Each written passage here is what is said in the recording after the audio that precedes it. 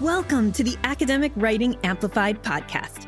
On this podcast, we believe that the culture of academia needs to change radically. Women and non-binary people are revolutionizing academia within institutions that were not built for us. If you're ready to reject the culture of overwork, kick guilt and overwhelm to the curb, and amplify your voice to make a real impact on your field without breaking down or burning out, you're in the right place. With our team of experienced writing coaches as co-hosts, we'll share insights and talk to inspiring guests to bring you the practical strategies, systems, and mindset shifts you need to find time to write, publish work you love, and design your career on your terms. And it all starts with writing. Let's go. Hello, and welcome back to the Academic Writing Amplified podcast. I'm your host, Kathy Mazak, and I am very excited to introduce you to our next podcast series. All right, so I have been re-releasing old episodes that are themed in like a series throughout this last year, and I'm going to continue that now in 2025. And our next series is called Should I Quit Academia? So the inspiration behind this series was that I did a episode that was called How to Know If It's Time to Quit Academia. And that episode is also on YouTube as a video. And it has gotten so much reaction and traction. And many people have actually found me through that episode. So we will be republishing that episode as part of this series, but also some other episodes from the past that are related to making a decision or how to think about this question that has passed through many people's minds, which is this for me? Like, should I quit? Is this what I really want and what I want to do? And I would say that also in light of the current kind of political situation in the US and what feels like a lot of instability and what actually, let me say honestly, is a lot of instability inside of academia, you might be thinking about this question. So I hope that this podcast series helps you, gives you tools and ways to consider the question, should I quit academia? So you'll be hearing some older episodes and some new ones as well. I'm working on some new content here that will be part of this series, and I can't wait for you to have a listen. Please remember that the very best way to show your love for this podcast is to recommend it to a colleague. And maybe definitely the best way is to recommend one of these series that I've been doing. So if you have a colleague that you've been talking to who maybe you've had this conversation about quitting academia, maybe you've entertained the idea, maybe you even if you've jokingly said like, oh, here's my backup plan, then please share this podcast series. The best thing to do is share a specific episode that you enjoyed with someone. And I would really appreciate that very much. Also, a little note, anything that you hear that is from the past, some of these episodes will be from my first 50 episodes in the podcast. You might hear me talking about other offers, other programs, other things. But please know that the only program that is on offer right now is our Navigate program. There's plenty of back episodes where you can hear all about Navigate, and you can get on the wait list by going to scholarsvoice.org/navigate. By getting on the wait list, you will be the first to know when we open our next cohort. So I hope you have a wonderful, wonderful day and enjoy the series, Should I Quit Academia? Hello, and welcome to the podcast today. I'm so glad that you're listening. I want to talk to you today about kind of almost like a script flip for the way that you think about your academic career. For so much of what we do in academia, we are defined by the institution in which we are working. We work really hard to get into a graduate program where the department or the institution or the college has a reputation that we know is going to help us get to our next goal in academia. And then while we're looking for our career home, we think about the different type of university where we might work, whether it's at a teaching intensive university, at a community college, at a R1, at an R2. There's so many different considerations that go through our minds when we're thinking about where we want to do our academic work. And all of that, I want to introduce you to this concept that we've been talking about a lot. And that is the idea of the container through which you do your work. So what I was talking about there, right? When you pick your PhD program or your doctoral program, you're choosing this container through which to do your studying, your being mentored, maybe your first, chance at teaching university level classes, your research experience, all of that, you're choosing the container through which to do that. When you get your first tenure-track job, you're thinking about within this container of this certain type of university, what do I need to do to get tenure? And then after that, what do I need to do to get full? And so much of that conversation, and sometimes it's a conversation we're just having with ourselves, right, in our own heads. So much of that is about what does the container want me to do, right? So at my university, what do I need to do in order to get tenured? At my university, what do I need to do in order to get full? And a lot of times what happens is we let those requirements of the university dictate the things that we do.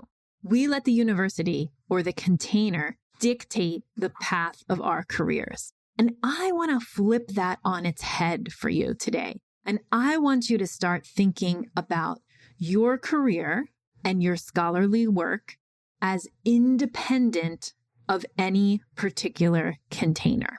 Now, I want to give you some examples of what I mean by this. I want you to really start thinking about the difference between you and your work and the container through which you do the work. And here's the example, okay? If you go back to our summer series on the podcast, I interviewed a woman named Sarah Dobson. And what Sarah does today is she helps health researchers get NIH grants. And she has an amazing track record of working with scholars to get them funded.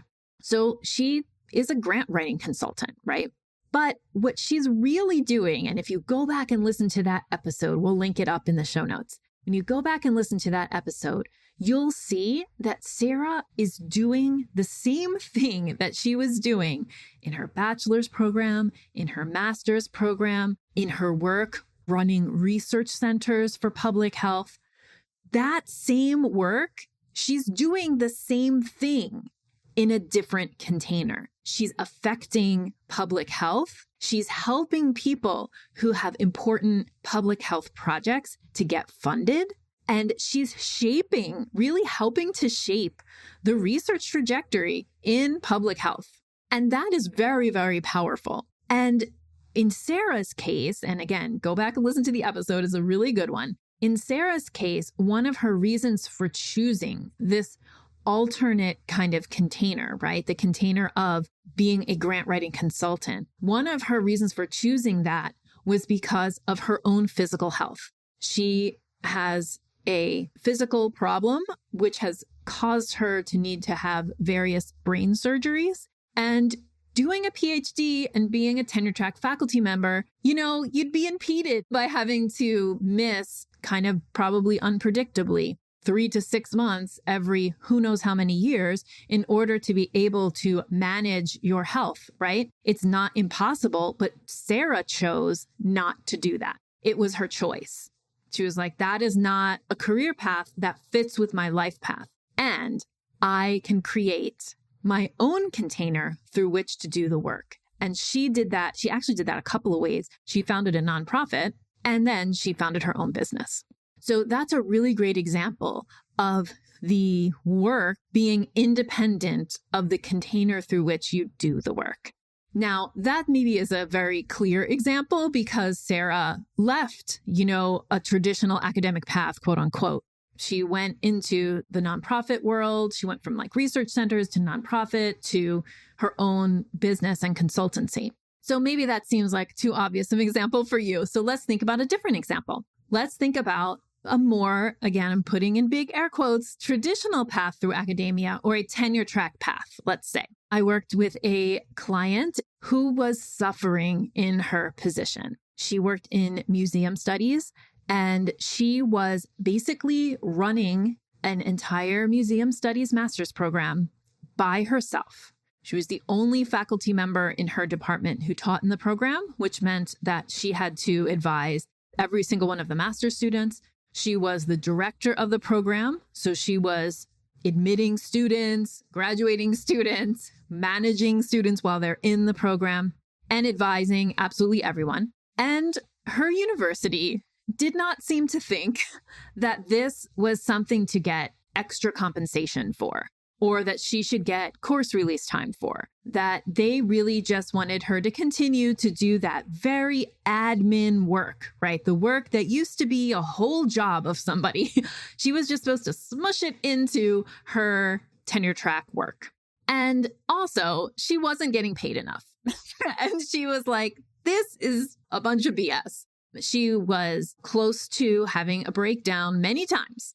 And we cried together many times because of the way her university was treating her. And because of these ridiculous expectations to shoulder the burden of an entire master's program by yourself, right? So in the process of our work together, she decided to go on the market.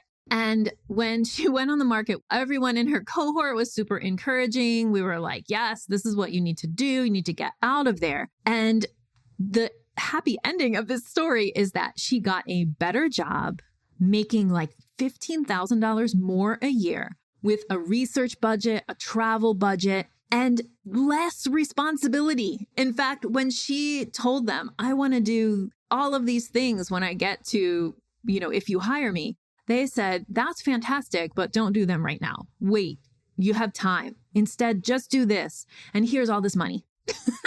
And so it was such a different attitude when she made that job transition. She felt so much more appreciated for the work that she was bringing. So this is another example, right, of switching containers.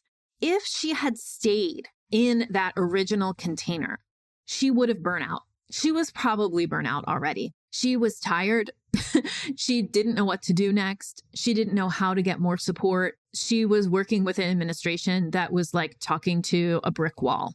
And then she decided that instead of trying to make that container better, instead of her, which is one option, let me tell you, I'll tell you my story in a second about changing, you changing the institutional container. But for her, one of her options could be to advocate for herself, advocate for more hires inside of her program, refuse to do the directing of the program job without getting more hires or without getting more administrative help or whatever. Like she could fight the good fight, right? Inside of that container. And I think that a lot of tenure track women and people who are socialized as women or were socialized or whoever will be socialized as women, a lot of us feel like we should just be thankful. We should just be thankful that we have this crappy container where we're not getting paid enough and we're overworked and stressed out all the time because there's a lot of people who have it much worse than us. And I understand that thinking, but also you deserve better than that. We all do. So, you don't have to settle. Even if you're in a tenure track job and all of your friends did not get tenure track jobs, that doesn't mean that your friends want you to sit there and suffer in that tenure track job. No, they don't. They want you to feel happy and fulfilled and to be able to create what you want to create in the world, right? So that's why a lot of us, fight inside of a container that's not a good fit. And instead, what our client did was switch containers into something that really was able to fill her up and give her many more opportunities to do the work. So the big idea here is you are not the container.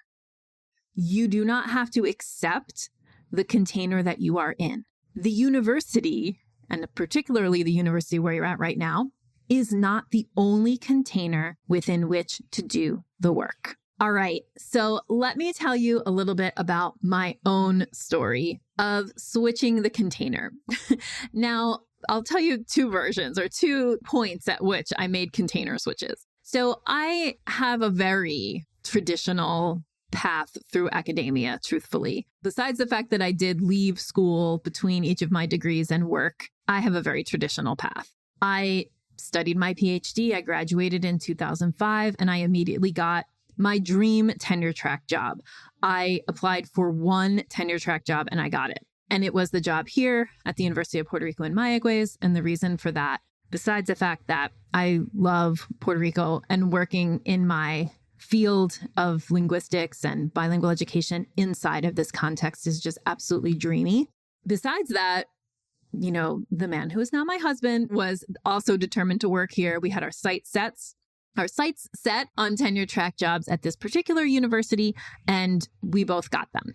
But when I started, I came into the job and I was hired to do, as part of my work, to do help with educational technology. So at University of Puerto Rico Mayagüez, as of right now, the standard load is a 4-4 load. So 4 courses in the fall and 4 courses in the spring. And I was coming into a contract that was basically a 3-3. And one of those courses I had a course release for in order to help the professors integrate technology into their English teaching. Now, let me give you a little context for this story. When I got there, there were 3 overhead projectors, 3 projectors in the whole department. And you had to check one out if you wanted to project something during class.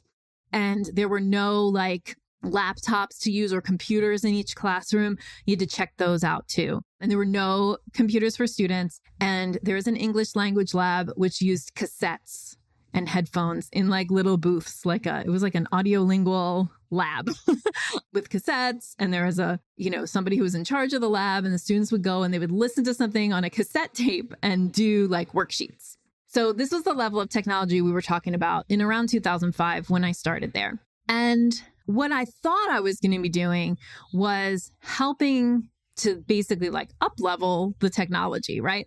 To help to get computers in every room and to show, especially the ESL part of the department, different ways to use technology to engage the ESL students. But that's not what happened. What happened was I got there and I was then the person in charge of checking out the projectors and the laptops. And when people's printers didn't work in their office, they would come and complain to me. And I got yelled at a lot for stuff not working. And I was hang on a minute. This is not what I thought I was going to be doing. It was absolutely the definition of minutia. And there was no high level, let's talk about educational strategies or anything. So at that moment, the container that I found myself in did not seem so much like the ideal container anymore. It really felt oh my gosh, if I have to do this, if this is what the job is and I have to keep doing this for years and years, I'm going to hate it. So I went and figured out, could I change this thing about my job? And after a discussion with the department chair, it turned out absolutely yes. I would go back to having a 4-4 load, but whatever, I did not want to do that thing. So that's what I did. And I always was, during my career at University of Puerto Rico Mayagüez, I was always trying to kind of control the container or make the container better for myself. So while other people were doing 4-4 loads and oh, I just have to do this 4-4 thing, I was getting external funds so that I could buy myself out, or doing different projects so that I would never have to teach a 4-4. And I never did. So I was always had a research course release or a grant course release or an admin course release. Went back when they used to give those, which they don't anymore. So I was always able to manipulate the container to be more like what I wanted. And that was I think a really important skill that I developed in self-advocacy, but also in just not settling, right? Not settling for crappy parts of the job that you don't like. Always thinking can I change this? Can I make this better? What would happen if I did this thing over here instead? So that was one way that I was made sure that I was not just accepting the container that was handed to me. So that was my early career way. And then, I've told this story at different parts on different, at different moments in the podcast before, our container started to really, really change. And that was due to the Promesa law and the oversight board that was imposed, of non-elected people onto Puerto Rico, which insisted that the university change its model for funding and cut $5 million or something from the budget. So when that started to happen, the things I could do in order to make the container more to my liking started to be eliminated. So you couldn't buy yourself out anymore. You couldn't get course release time to do, certain types of admin work or support students in certain ways. And it just started to become a place that wasn't fun to work anymore, to be quite honest. And so I decided to create my own container and really to give you an idea of what this process was like for me. We call it our zone of genius. And this comes from a book called The Big Leap by Gay Hendricks. And, the idea is that you have a zone of excellence, which is where you're probably at, but feeling frustrated. If you're feeling frustrated, you're probably in your zone of excellence. And that means you're doing something that other people see you do really well, that other people are like, yeah, she's great at that, but that there's still kind of something missing. And that was the feeling that I had about 4 years ago, I would say, when I had my last baby, when I went on maternity. When I came back, I was like, I don't know. I don't know about this. And then I started a journey of figuring out my zone of genius. So it was what is the core of what I do as a professor that I absolutely love, and that is my unique gift to the world? And that process led me to create what I'm doing now, which is actually a business that provides professional development programs to academic women and non-binary folks, mostly centered around writing. But as I've been talking about in this podcast, we really talk a lot about career building. So they're writing programs, but there's a lot of career building in them, a lot of career coaching. So I created a container. I created this container. And in this container, I get to do a lot of things that are in my zone of genius. For example, this podcast.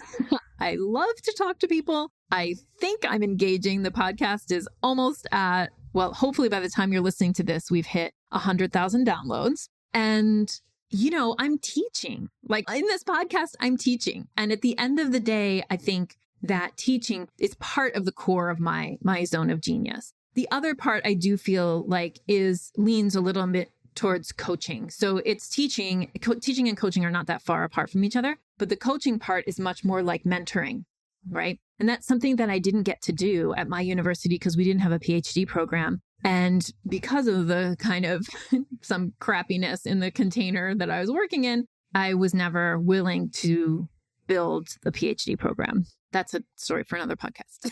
But basically, the idea is that when I got into this later stage in my career, I decided to switch containers.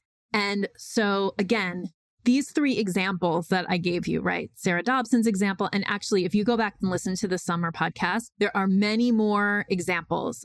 Rocio Caballero Gil and Gina Robinson have switched containers and created containers. Many of the other people who I interview on the podcast have switched containers or created their own containers.